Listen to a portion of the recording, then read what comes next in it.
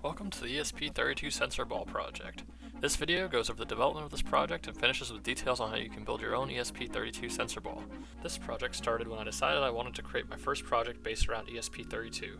Previously I used both the STM32 development boards and Arduino Uno for projects, but I wanted to try out the ESP32 platform due to its networking capabilities. I settled on the Xiao ESP32 C3 with its $5 price point, battery connection for charging/powering the unit, and its Bluetooth low energy and Wi-Fi features.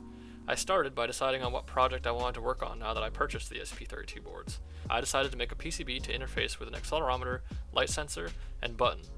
Then I started looking on JLC PCB's assembly parts library for the necessary parts.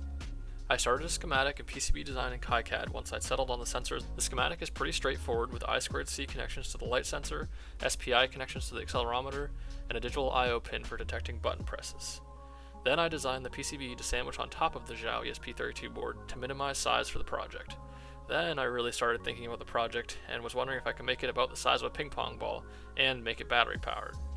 I decided to create a battery interface PCB that mounts underneath the Xiao ESP32 board in the sandwich. I created the simple schematic in PCB to do exactly that.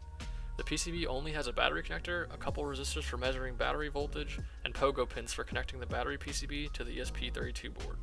With all the hardware figured out, I placed my PCB fabrication and assembly order to JLC PCB and placed my order to DigiKey for several other parts I would need.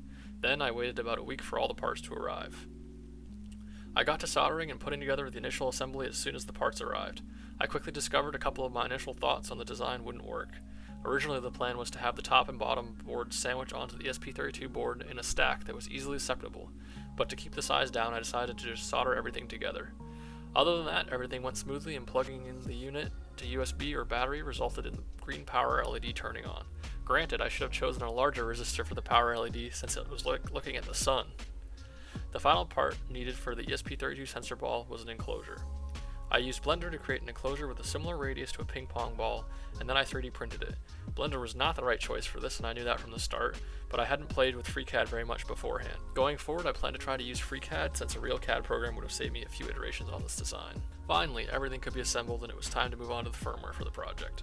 From the start, I knew I wanted a web server to show sensor data since the Wi-Fi features were a big reason I chose the ESP32 board in the first place. I also knew I would need to develop the firmware necessary to read the sensor data.